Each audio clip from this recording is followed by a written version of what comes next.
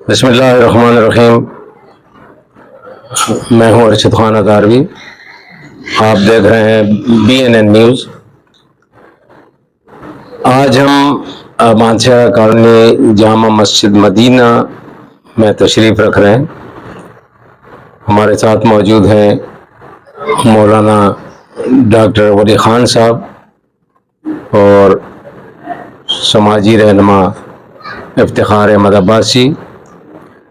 آج ہم علاقے کے مسائل کے اوپر بات کریں گے ان سے، کیونکہ الیکشن کے دور کے اندر جو ہے جتنے بھی چیئرمین کے لیے، وائس چیئرمین، MP MLA جو بھی الیکشن لڑتے ہیں تو وہ اس قدر وعدے کرتے ہیں کہ جی ہم جیتنے کے بعد یہ کریں گے وہ کریں گے، لیکن موجودہ جو اس وقت صورتحال ہے وہ ایسی ہے کہ ہمارے جتنے بھی علاقے ہیں، فیچر، مانسہرہ، یہ جتنا بھی UC7 ہے، اور سب کے حالات کافی خراب ہیں۔ تو اور جگہ جگہ جو ہے چیئرمین ملک حاکم اور وائس چیئرمین جو ہے اقبال الدین، کئی لوگ ان کے پیچھے باتیں کرتے ہیں کہ انہوں نے حد کر دی ہے، جو کام کرنے تھے وہ نہیں کر رہے ہیں، یا جو مطلب گندا پانی، سیوریج کا وغیرہ وغیرہ۔ تو اس موضوع پہ ہم آج انشاءاللہ بات کریں گے ان سے۔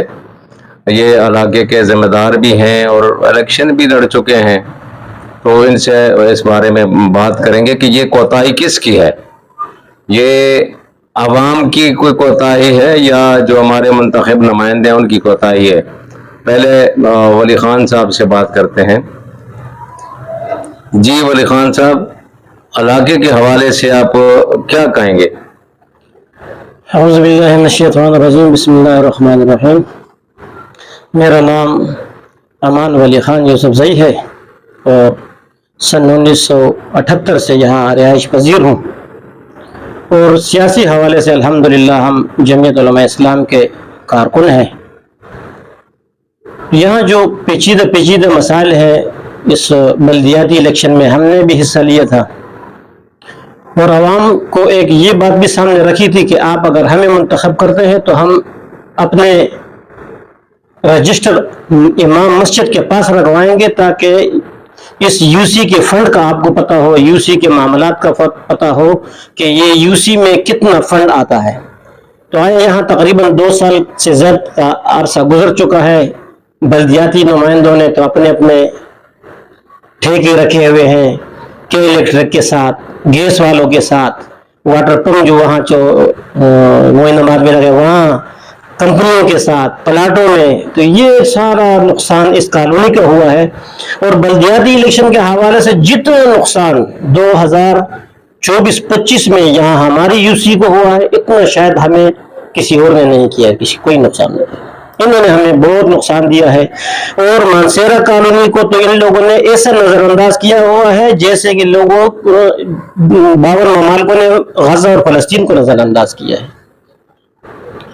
ہمارے لیے بجلی عذاب ہے، گیس ناپید ہے، پینے کا پانی میسر نہیں ہے، اس میں سیوریج کا پانی آتا ہے، اور جب آپ منتخب نمائندوں سے بات کرو تو وہ کہتے ہیں جی یہ ہم کوشش کر رہے ہیں۔ تو ہم حیران ہیں کہ یہ کون سی کوشش ہے، اور یہ کب برسر اقتدار آ کے اس کوشش کو پائے تکمیل تک پہنچائیں گے۔ ہمارے گراؤنڈ ہے جہاں بچے کھیلتے ہیں، اور وہ ایک کالونی کا، ایک ایریا کا بنیادی حق ہے، وہاں ہمارے بچے اس سیوریج کے پانی میں کیا کریں گے؟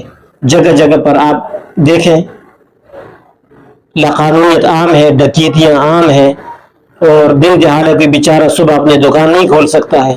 یہ سب چیزیں ہیں جو بہت سارے مسائل یہاں ہیں۔ ارشد صاحب، اتنے مسائل ہیں کہ ہم گنوانا چاہیں تو یہ آپ کے مائک بھی شاید سست پڑ جائے۔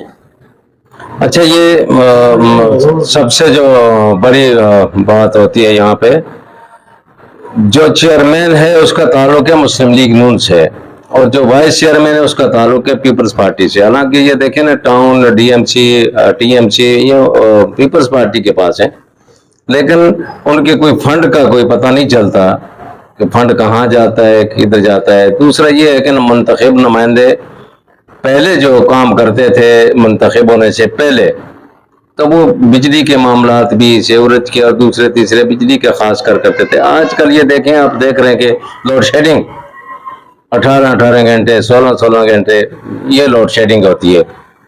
تو گیس کی بھی اب لوڈ شیڈنگ شروع ہوگی, تو اس کا کیا مقصد ہے کہ اس کے لیے کوئی آواز نہیں اٹھاتے؟ بیچارے عوام ہیں, ان کو پسا کر رکھا ہوا ہے, وہ 12-14 گھنٹے ڈیوٹیاں کرتے ہیں. خواتین بیچارے بجلی نہ ہونے کی صورت میں, گیس کے نہ ہونے کی صورت میں پلاسٹک کے غباروں میں گیس بھرتے ہیں اور اس سے اپنے چولہے جلاتے ہیں.